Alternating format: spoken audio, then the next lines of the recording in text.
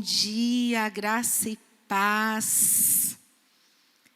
Que maravilha estarmos aqui reunidos para mais uma aula, caminhando aqui no Antigo Testamento, hoje entrando nesse livro de Juízes, e olha que a gente está ali caminhando para a monarquia, mais alguns livros, e a gente entra em uma outra fase da história desse povo escolhido de Deus. Vamos orar? Senhor, obrigada por esse tempo. Nós te convidamos, Espírito Santo, vem estar conosco, nos dando sabedoria, nos dando uma mente esclarecida, nos ensinando, nos exortando, nos confrontando e consertando, Senhor.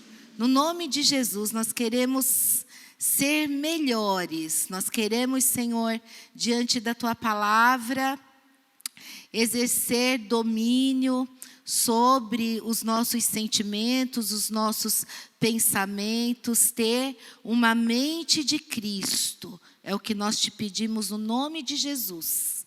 Amém. E a gente viu na semana passada o livro de Josué, que já é uma nova fase, é um novo líder, e ele vai fazer muitas coisas parecidas com o antigo líder, com o Moisés. Ele vai levar o povo a entrar na terra, e eles entram na terra e começam a dominar uma série de territórios. Mas o livro de Josué já fala, eles entraram, dominaram, mas não dominaram tudo. Você vai ver no final de Josué que as tribos, elas recebem sorte, né? A herança, você vai ver a distribuição da terra. Olha, essa terra é sua, essa terra é sua, essa terra é sua. Mas a gente vê que eles não conquistaram todas essas terras. Eles estão dividindo ali naquele momento, eles estão mapeando a terra de Canaã, e ele fala, olha, vai lá e conquista o que falta conquistar dela, porque ainda tem muito o que conquistar. O autor do livro de Juízes é desconhecido, mas o Talmud judaico, que é um livro sagrado dos judeus, que registra também histórias, registra que Samuel não apenas escreveu este livro, como também ele escreveu o livro de Samuel. E alguns estudiosos acreditam que ele escreveu também o livro de Ruth.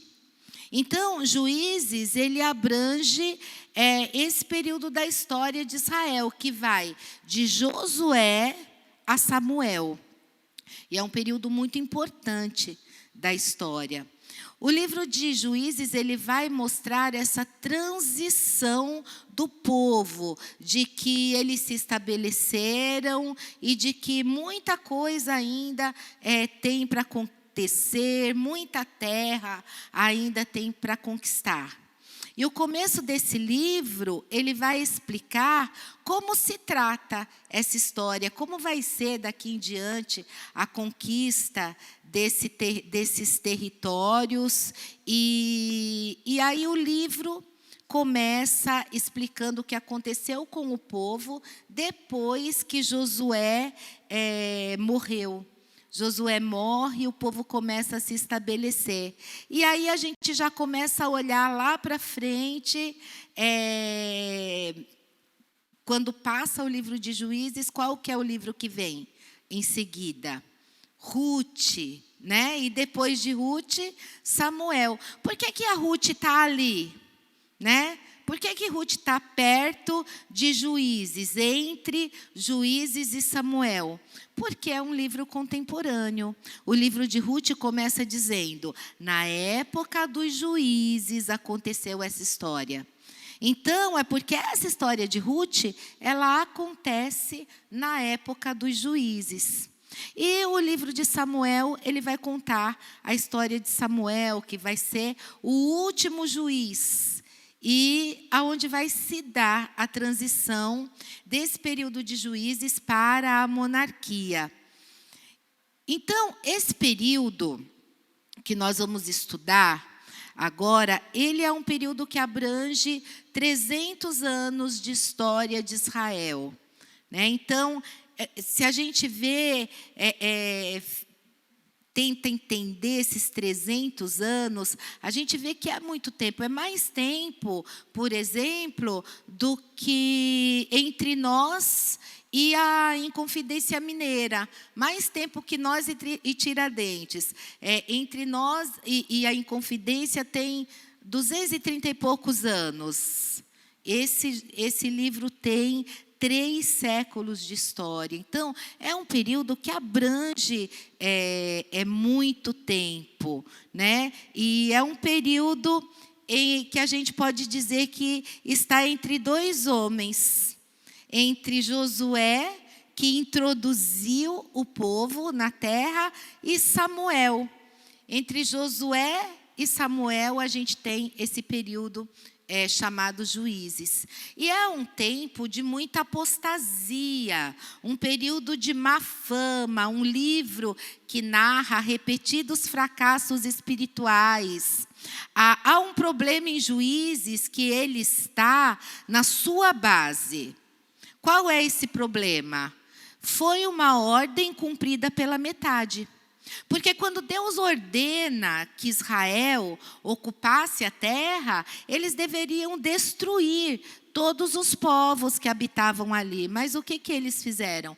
Eles não destruíram totalmente.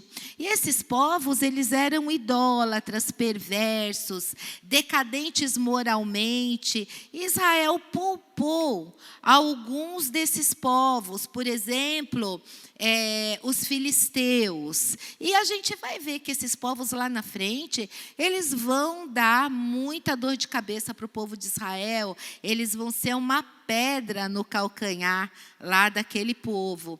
Então, o pecado de Israel em Juízes, ele está arraigado nessa falha, em cumprir completamente essa instrução de Deus. E os pagãos que eles deixaram pelo caminho se tornaram laços e uma tentação para eles se tornarem idólatras, esquecendo o verdadeiro Deus. Em Juízes, a gente vai ver sempre uma regrinha. Primeiro, o povo entra em apostasia. Depois, uma punição através da ameaça de um povo vizinho. Aí depois vem o arrependimento e em seguida o livramento, que é geralmente conduzido por um juiz que é levantado por Deus. Então, tem sempre essa regrinha aqui que a gente vai ver em todas as histórias: apostasia, punição, arrependimento, livramento. E é assim que se dá esse livro de Juízes inteiro. E a raiz desse problema era a idolatria pelos povos pagãos. Essa idolatria que foi introduzida por esses povos que foram conquistados, mas que foram mantidos ali entre eles, e muitos nem foram conquistados, né? Acabou que virando uma mistura ali de gente.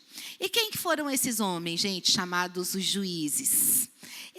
Não era juízes no sentido contemporâneo, no que a gente entende sobre juízes. Esses juízes, eles eram libertadores levantados por Deus para aquela situação de emergência.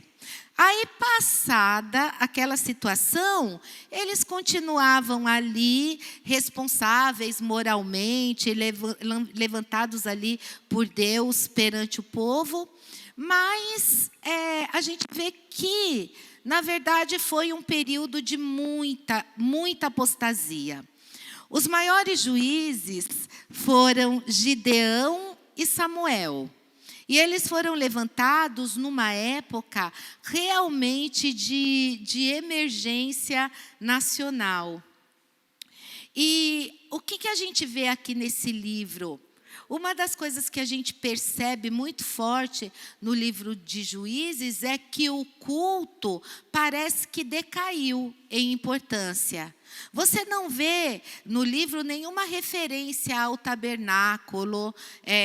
O sumo sacerdote, ele é mencionado apenas uma vez, que é lá no capítulo 20 e 28. Então, ele é mencionado uma vez em todo o livro lá no capítulo 20. Então, parece que em todo o tempo o culto foi negligenciado. E vocês não se iludam, porque o culto, ele é a base de um povo que deseja servir ao Senhor. Esse negócio de, eu vou servir Deus em casa, o que acontece com o tempo é a decadência, a quebra dos vínculos da pessoa com o Senhor. Então, se você quer crescer e se manter em comunhão com o Senhor, você precisa valorizar o culto. As leis do Senhor, aqui no livro também parece que foram desvalorizadas naquela época. Não há no livro de Juízes nenhuma referência à lei, à leitura da lei. Você se lembra lá do que está lá em Josué? Né? Fala assim, olha, não se aparte do livro dessa lei. Em Juízes não tem qualquer referência à leitura da lei. O louvor a Deus também parece ser omitido em Juízes. Você não tem muitas expressões de louvor a Deus pela sua bondade. Você tem ali no livro, eventualmente, o cântico de Débora e Baraque. Fora isso, você não vê grandes expressões de louvor ao Senhor, até que chega os dias de Ana, a mãe de Samuel, né? E outra coisa, aqui no livro também, que a gente percebe, é a pouca manifestação do ministério profético. De um ministério profético de comunicação, de recado de Deus para o povo, de chamado mesmo ao arrependimento, de chamado com autoridade da parte de Deus, através de um homem. Não se tem isso em Juízes. Porque a gente vê nos livros anteriores, a gente vê Moisés, ele teve um grande ministério profético. Josué também teve um grande ministério profético, mas em Juízes há apenas uma palavra profética, que está lá em Juízes 6:8, que mais na frente a gente vai ver. Mas antes você tinha Abraão, antes tinha Moisés, você tem aqueles homens que condenavam os falsos cultos, o declínio dos sacerdotes, condenavam a infidelidade dos reis. E quando há a ausência de profecia, o povo se corrompe, o culto se corrompe. Porque a palavra profética, ela é como o espinho que incomoda. Né? Você chega, vocês já repararam, às vezes vocês chegam na igreja assim e falam, nossa, mas o culto estava indo, daqui a pouco vem uma palavra dura, porque profeta é assim, gente. Profeta é o espinho mesmo, que incomoda. Não adianta você pode reparar um culto ministrado por um profeta e um culto ministrado, por exemplo, por alguém que tem um ministério pastoral normal, não é um profeta, por alguém que tem um ministério de ensino. É diferente. O profeta é como um espinho que incomoda. E se você chega na igreja e se vê incomodado, né, pela pregação de alguma maneira, você tem que dar graças a Deus. porque se o ministério não incomoda, se não há um espinho ali a chamar o povo, a confrontar o povo de alguma maneira, aquela sociedade ela está a caminho do declínio. E a gente vê isso mesmo, a gente vê em Juízes isso, não há uma palavra profética, não há uma voz profética, a gente vê uma sociedade em colapso. Né? Não havia ministério profético. E um povo sem profecia é um povo que vai cada vez mais fazer o que acha certo. E é isso que a gente vê, né, aqui nesse livro. É um povo à sua própria sorte, cada um faz o que quer. Aí, quando eles estão assim, para serem destruídos, aí eles lembram de Deus. Ainda bem que a gente não é assim, né? A gente é bem diferente.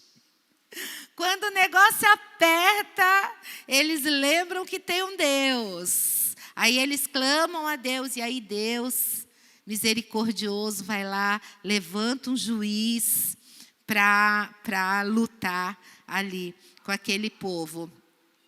E o livro dos Juízes, ele vai estabelecer a história da monarquia. Pelo seguinte, você vai ver lá na frente, no capítulo 17, 6, você vai ver, naqueles dias não havia rei em Israel. Cada um fazia o que achava mais reto. Então, você vai vendo pelo menos 4 vezes a ocorrência dessas frases em Juízes, falando, o problema é que o povo, né, estava ali sem uma liderança centralizada, né? Meio que uma apologia à monarquia. A gente vai ver na segunda parte do livro, já preparando algumas razões para a monarquia. A gente vai percebendo isso no decorrer do livro. No capítulo 1, depois da morte de Josué, Israel ele não tem um líder geral no povo. Lembra? O Moisés, ele morreu, Josué ficou no lugar dele. Quando Josué morre, não tem um líder assim que fala, olha, vou deixar aqui alguém para liderar vocês.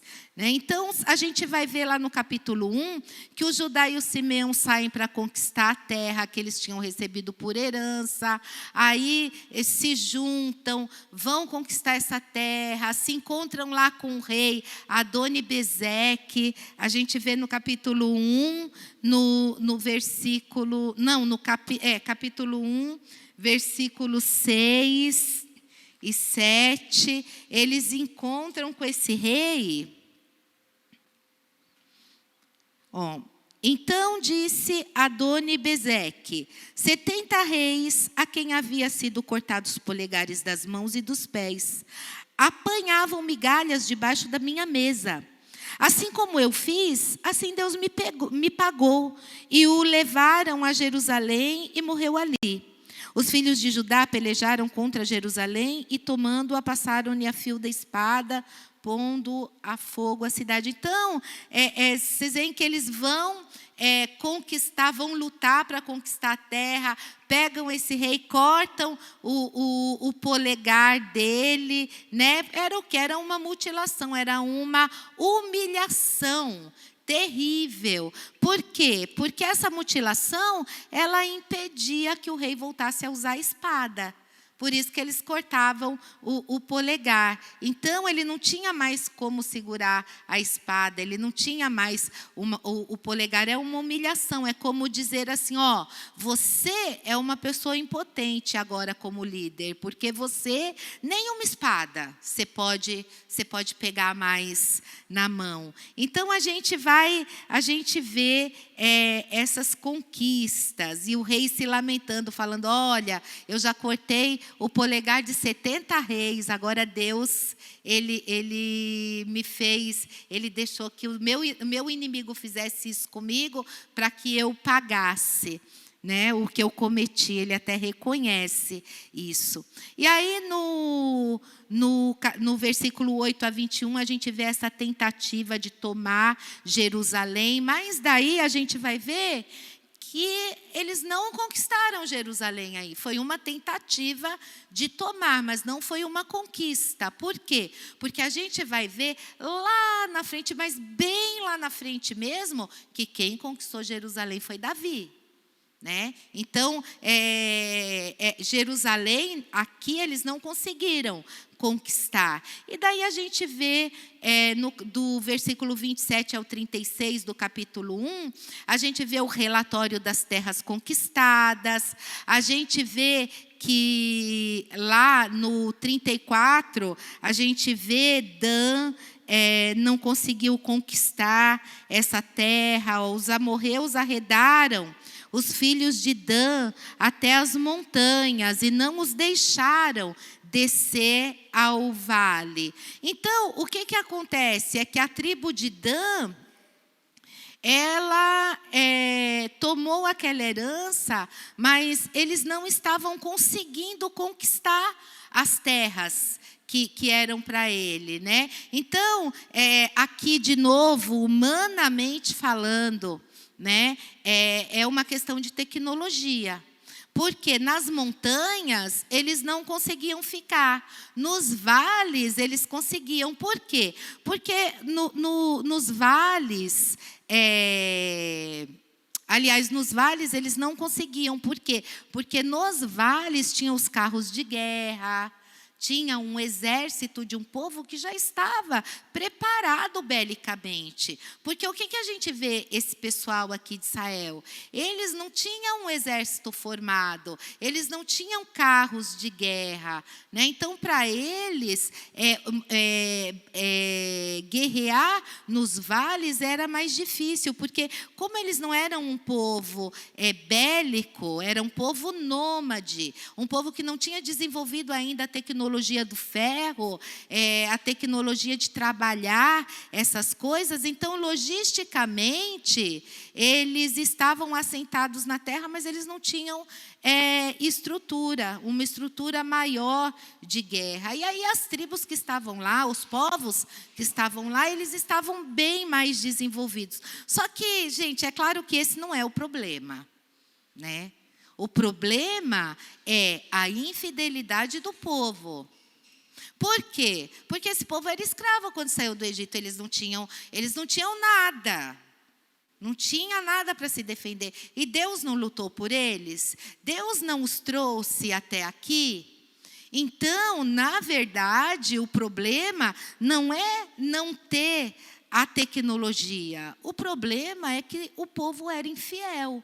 E cada vez quanto mais a infidelidade do povo crescia, mais Deus se afastava deles. E mais eles estavam nas mãos dos inimigos, né? Porque se eles estivessem com o Senhor, claro que Deus teria dado para eles a capacidade de passar por todos esses povos. Porque Deus não deu a terra para eles? Não era promessa?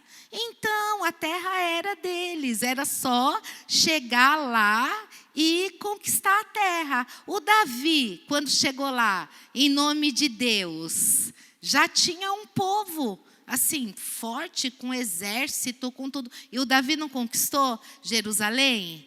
Davi não entrou lá e vai estabelecer a monarquia, porque o Davi, quando ele estabelece a monarquia, ele chega e fala, não, eu quero uma capital.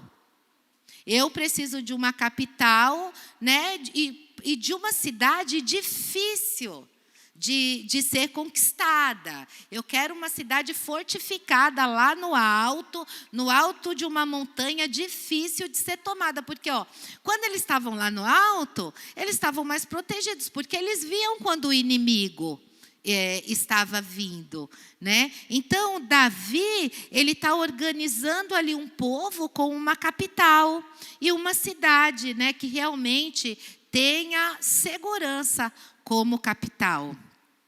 Então, dos versículos 16 ao 26, tem as terras não conquistadas, né? A gente vai ver lá o Manassés, ele não expulsou os habitantes de Bet-Seim. O Efraim, A tribo de Efraim não expulsou os cananeus.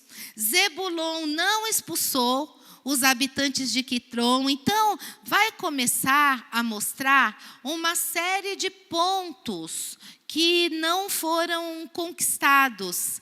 E aí você vai ver que o povo ele não conseguiu dominar tudo como eles imaginavam que iam dominar, como era para eles terem dominado. E no capítulo 2, Deus repreende o povo por sua infidelidade. E aqui, nesse capítulo 2, eu diria que ele é um resumo do livro. Né? Capítulo 2, do versículo 2 ao 5. Olha só. Vós, porém, não fareis aliança com outros moradores desta terra. Antes derribareis os seus altares. Contudo, não obedecestes a minha voz. Que é isso que fizeste? Pelo que também eu disse, não os expulsarei de diante de vós. Antes, vos serão por adversários, e os seus deuses vos serão laços. Olha só o que Deus fez aqui. Sucedeu que, falando o anjo do Senhor essas palavras a todos os filhos de Israel, levantou o povo a sua voz e chorou. Daí chamaram a este lugar Boquim e sacrificaram ali ao Senhor. Né? Então Deus repreende esse povo pela infidelidade dele. A gente vê que esse é o resumo do livro de Juízes. E Boquim, porque boquer em hebraico significa chorar. Por isso que ficou Boquim o nome do lugar, porque eles choraram ali nesse lugar. E no capítulo 2, versículo 6, a gente vê a morte de Josué, né? E aí a gente vê lá no início do livro que o livro começou falando, depois da morte de Josué, aconteceu isso e aquilo. Então aqui no 2 está repetindo a morte de Josué, né? Não que ele morreu aqui, tá? Só está repetindo. Então, porque eles estão retomando a história do resumo do livro. Você vê que o capítulo 2 ele é bem o resumo do livro de Juízes mesmo. No versículo 10 a 13, fala assim: e foi também congregada a seus pais toda aquela congregada a seus pais toda aquela geração, e outra geração após ele se levantou, que não conhecia o Senhor, nem tampouco as obras que fizera Israel. Então fizeram os filhos de Israel que era mal perante o Senhor, pois serviram aos Balaíns. Deixaram o Senhor, Deus de seus pais, que os tirara da terra do Egito, e foram-se após os outros deuses, dentre os deuses das gentes que havia ao redor deles, e os adoraram e provocaram o Senhor a ira. Né? Então, aqui, gente, a gente vai ver falar, né, de Baal e Astarote. Mas Baal e Astarote acabou virando um sinônimo do que é dos deuses estranhos. Aparecia lá um outro deus lá na frente, eles chamavam de Astarote. Então Baal e Astarote acabou sendo um sinônimo dos deuses, tá? Qualquer deus que aparecia, eles Astarote, Baal. E aí, 300 anos, essa história se conta em 300 anos. A gente vê que o povo que saiu com Josué conhecia o Senhor. Quando começa a era dos juízes, como a gente viu, a gente não vê quase referência ao culto, a gente não vê referência ao tabernáculo. A gente vai vendo o quê? Que aquela geração, da mesma forma que a geração do deserto morreu, porque esqueceu do Senhor, depois que eles entraram na terra, a essa geração dos juízes acontece a mesma coisa. Eles não dão crédito ao culto, a gente vê que não se tem voz profética dentro desse período, e não se vê louvores, grandes louvores a Deus. A gente falou do cântico de Débora, que é a gente vai ver uma coisa ou outra, até chegar em Ana, lá na frente, a gente não vê grandes menções de louvores a Deus. O que aconteceu com essa geração?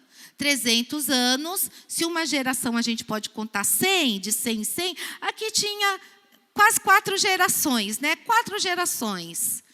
Da primeira, que conhecia um pouco a Deus, mas que já negligenciou por causa do povo rebelde, dos pagãos que estavam entre eles, e eles se misturando. Depois a outra geração e a outra. Chegou nas gerações iam passando, e quanto mais as gerações passavam, mais eles se distanciavam de Deus, mais eles esqueciam de Deus. Porque, gente, é assim, hoje você não vem no culto.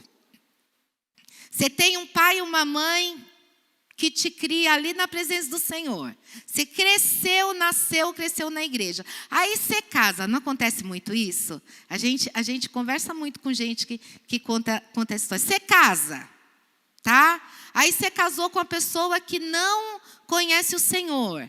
Aí você também, mas eu vou sozinha. Ou então, mas eu acho melhor você não ir. Né? Impede. A pessoa diz, aí você passa 1 ano, você ainda tem aquilo no seu coração. Você passa 2, você não vai se distanciando? Quando passa 20 anos, não é uma lembrança muito vaga lá atrás do que era Deus na sua vida? Do que Deus fez quando você caminhava com Ele? E imagina você passando 4 gerações distante de Deus.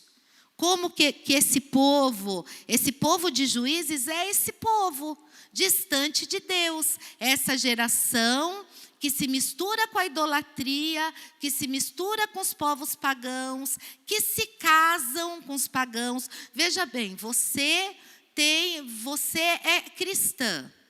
E você se casa com uma pessoa de uma religião que não tem nada a ver com o cristianismo. Você vai ter filhos. E aí? O que você vai fazer? Como é que vão ser criados seus filhos?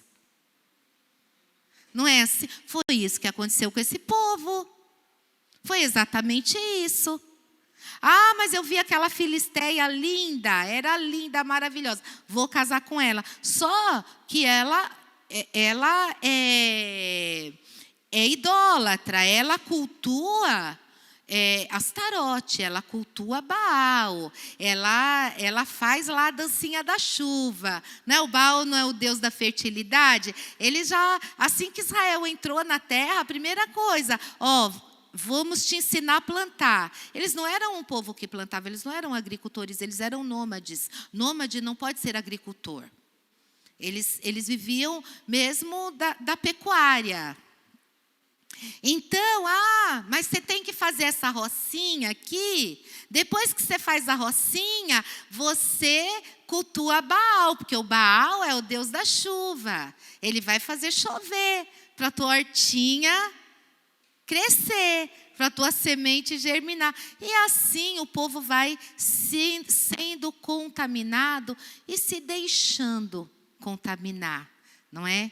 Eles vão, e assim se passa esse período dos juízes.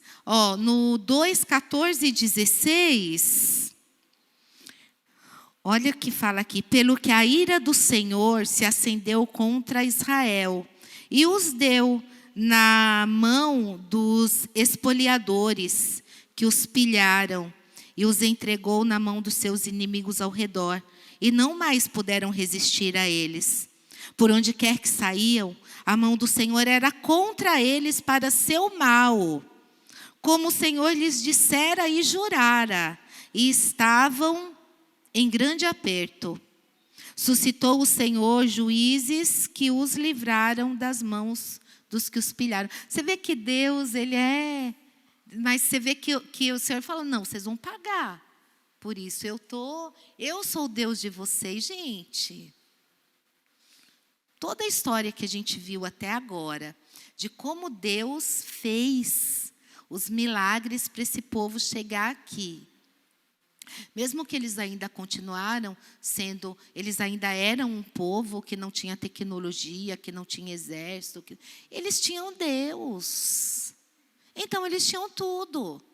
Eles não precisavam temer. Se eles tivessem continuado no propósito de fidelidade, eles não teriam conquistado tudo que Deus disse. É porque Deus é mau, porque Deus falou que era para eles entrar nessa terra e acabar com o povo. Gente, não é assim.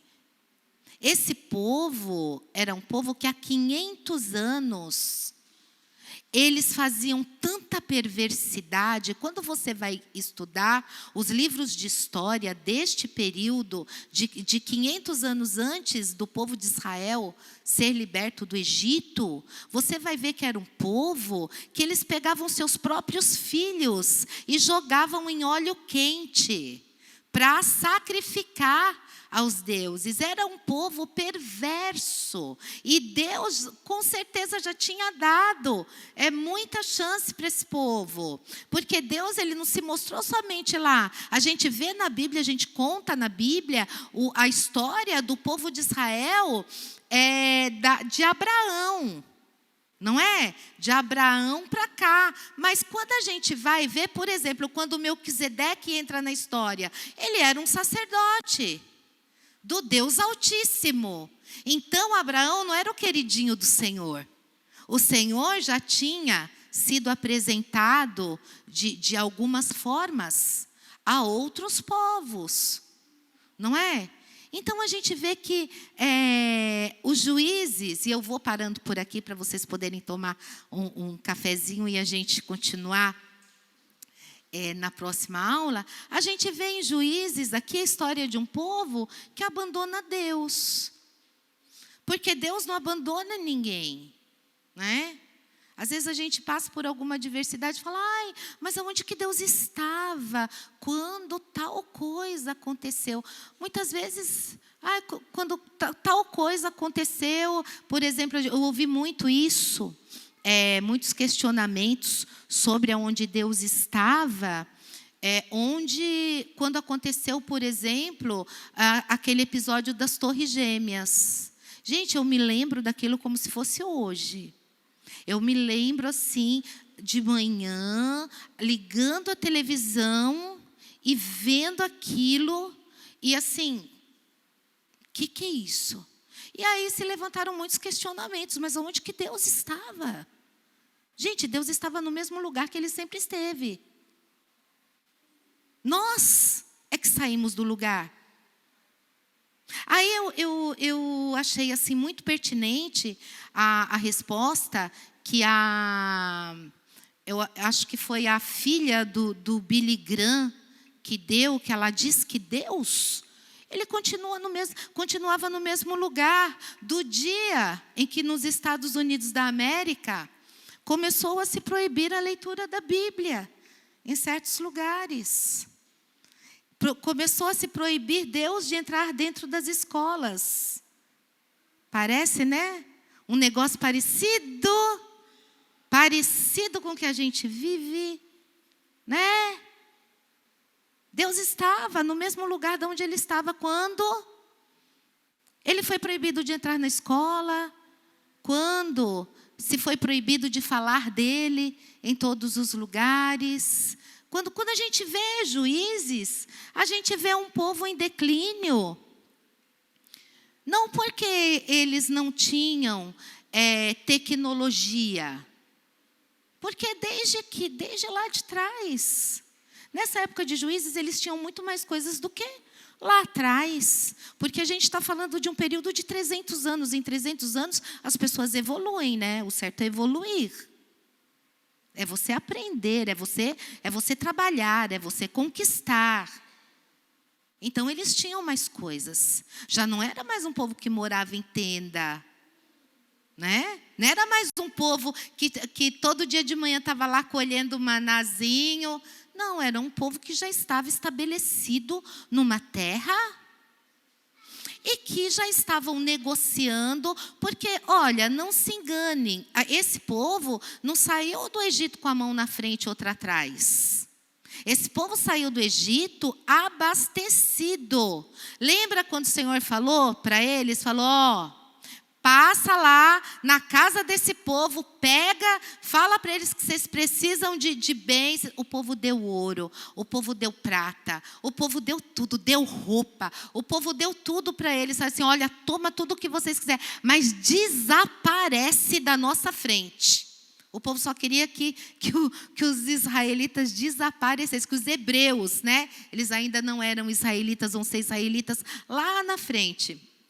Mas assim, eles, não, já eram. Eles saíram abastecidos. Então, quando chega nessa época de Juízes, que eles começam a conquistar a terra, eles já têm alguma coisa para negociar.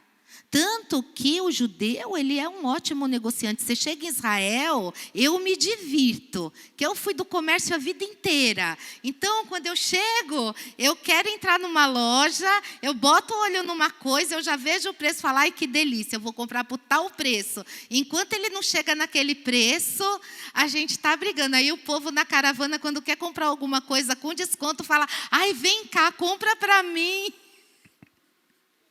Porque a arte de negociar, eles têm essa arte de negociar, eles gostam de negociar.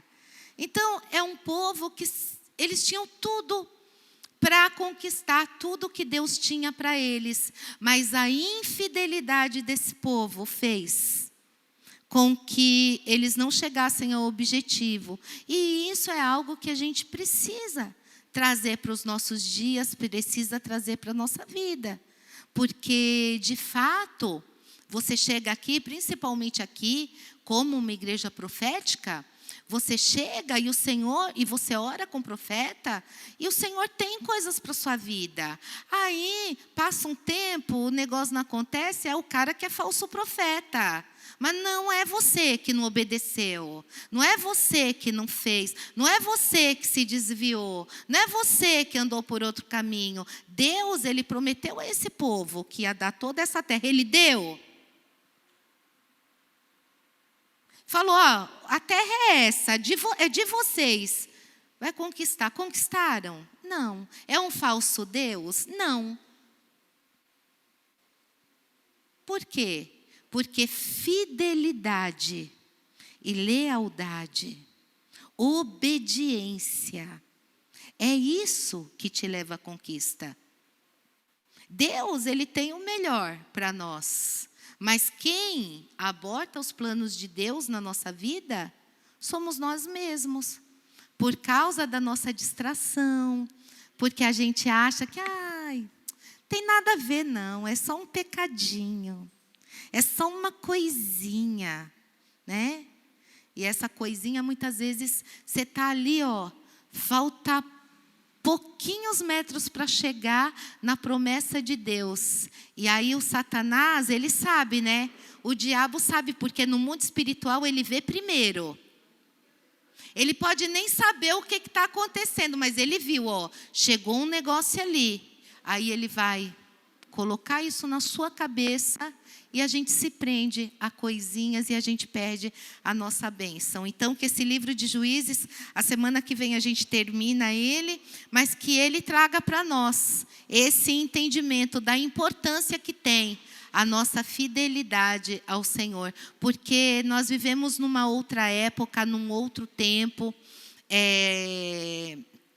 vivemos no tempo da graça, e é uma outra geração e um outro tempo. Mas Deus Ele continua sendo o mesmo, né? Tem leis morais, tem regras que continuam sendo as mesmas. E Deus espera isso de nós. Amém?